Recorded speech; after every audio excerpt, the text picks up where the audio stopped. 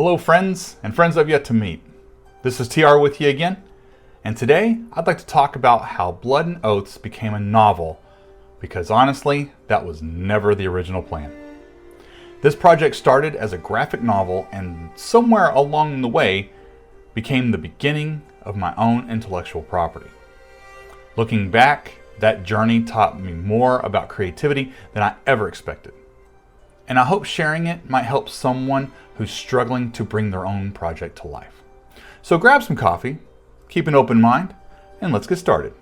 Before we dive in, one quick disclaimer: every creative journey is different.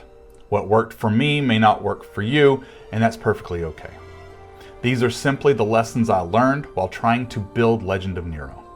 If something here helps you avoid one mistake I've made, then this video has done its job. So it started with Adrianna. As I mentioned in my last video, the whole project started with a single character. Adrianna was the springboard. Her destiny eventually became intertwined with my own. Every new idea somehow found its way back to her.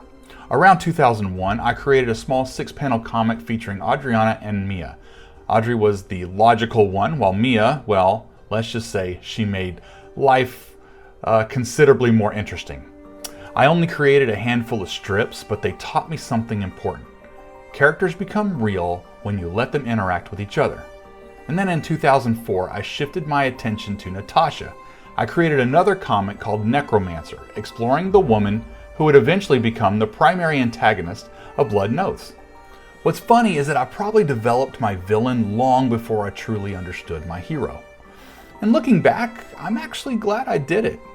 Villains deserve character growth too. Neither comic was ever published, but both became stepping stones towards something much larger. So eventually, I decided Legend of Nero deserved something bigger. My original vision was ambitious. 4 graphic novels, 13 episodes in the first book. Each episode is told from a different character's perspective. The idea was that every character would experience the same events differently but sequentially. One person's truth might not be another's. The story would literally shift perspective at the end of each chapter. I still think it's a fun concept, and honestly, I think it would have worked. When reality showed up, I spent weeks designing the very first spread. Landscape, portrait, back to landscape. Nah, it's portrait again. But every time I changed my mind, I redesigned frames, adjusted artwork, and started moving things around. I probably redesigned those pages almost as many times as I actually drew them.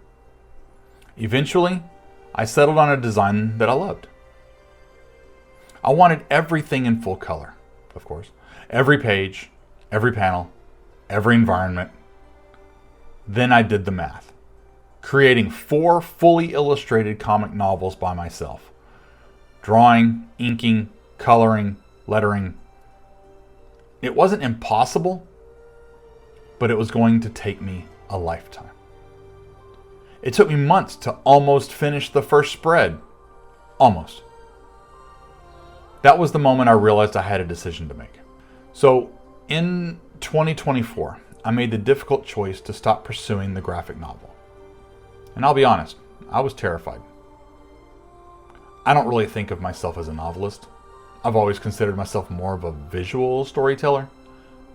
Graphic design, photography, videography, storyboards. Those are my comfort zones. Writing a fantasy novel? That felt completely outside my wheelhouse.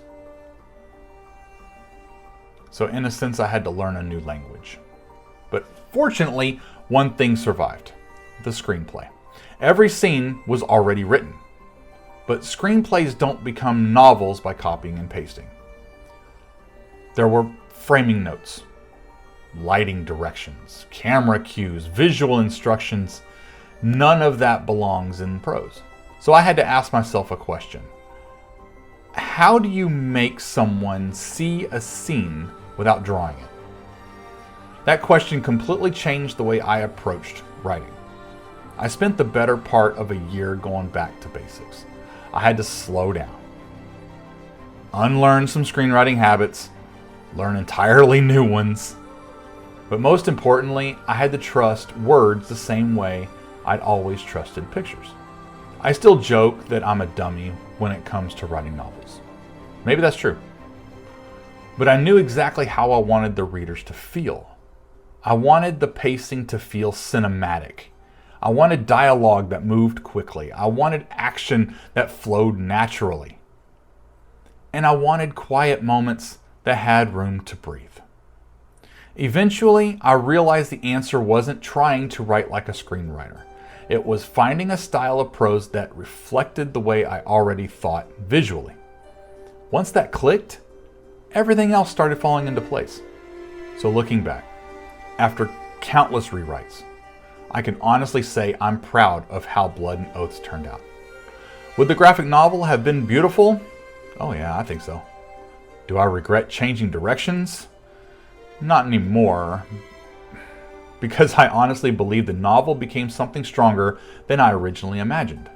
I released my first self-published novel in May of 2026.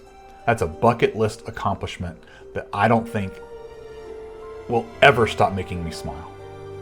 The fear is still there. Fear of rejection rests heavily upon my heart as I await the inevitable eruption of comments and opinions. However, this is my story. I wrote this for me, not anyone else. I invited readers into my world, and they are welcome to stay and enjoy it as long as they want. I think every creator carries that around. The difference now is that I've learned fear isn't a reason to stop. Sometimes it's proof you're making something that genuinely matters to you. This story began as a dream to create a graphic novel. It became a novel instead. And looking back, I think the story found the format it was always meant to have. So thank you to everyone who has supported this project so far. It truly, truly means the world to me. Please support independent authors and artists. Blood and Oaths is available at legendofnero.com and through Amazon, Barnes & Noble, and other retailers.